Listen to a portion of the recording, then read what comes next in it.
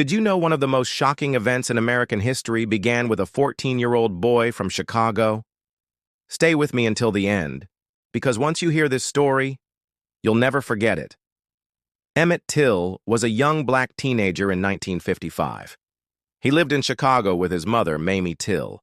Like many kids his age, he loved jokes, pranks, and laughter. That summer, he went to visit relatives in Money, Mississippi. It was his first trip down south. Mississippi in the 1950s was brutally segregated. Jim Crow laws ruled everyday life. For black families, the South was dangerous, unforgiving, and hostile. But Emmett, a city boy, didn't fully understand the rules of the South. That lack of understanding cost him his life. One afternoon, Emmett went into a grocery store. The store was owned by a white couple, Roy and Carolyn Bryant. Carolyn was behind the counter. Accounts vary on what happened inside. Some say Emmett whistled. Others claim he said a few words. But whatever it was seen as offensive to a white woman in the Jim Crow South. A few nights later, Roy Bryant and his half-brother, J.W. Milam, came for Emmett. They arrived at night. They took him from his uncle's house at gunpoint. Family members begged them to leave him alone. But they drove Emmett away into the darkness. For hours, they tortured him. They beat him mercilessly. They mutilated his face.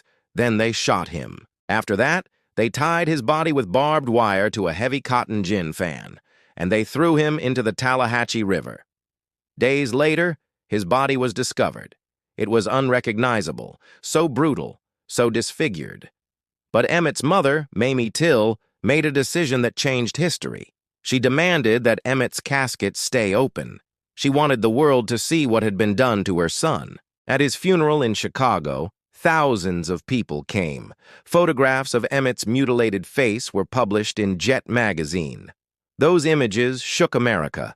They forced people to confront the horror of racial violence. When the killers went to trial, the outcome was predictable. An all-white jury deliberated for only an hour. They declared Roy Bryant and J.W. Milam not guilty. Later, safe from another trial, they admitted in a magazine interview that they had killed Emmett.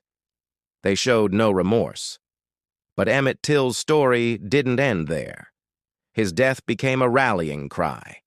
It lit a fire under the civil rights movement. Just a few months later, Rosa Parks refused to give up her bus seat. She said she thought of Emmett Till. Dr. Martin Luther King Jr. spoke his name. The movement for justice had a face, and it was Emmett's. Emmett Till was only 14. He never got to grow up, never got to live his dreams. But his story helped change America. It forced the nation to look in the mirror. And it asked a question we still wrestle with today. How many lives must be lost before justice is real? If you've stayed with me this far, you now know one of the most important stories in American history.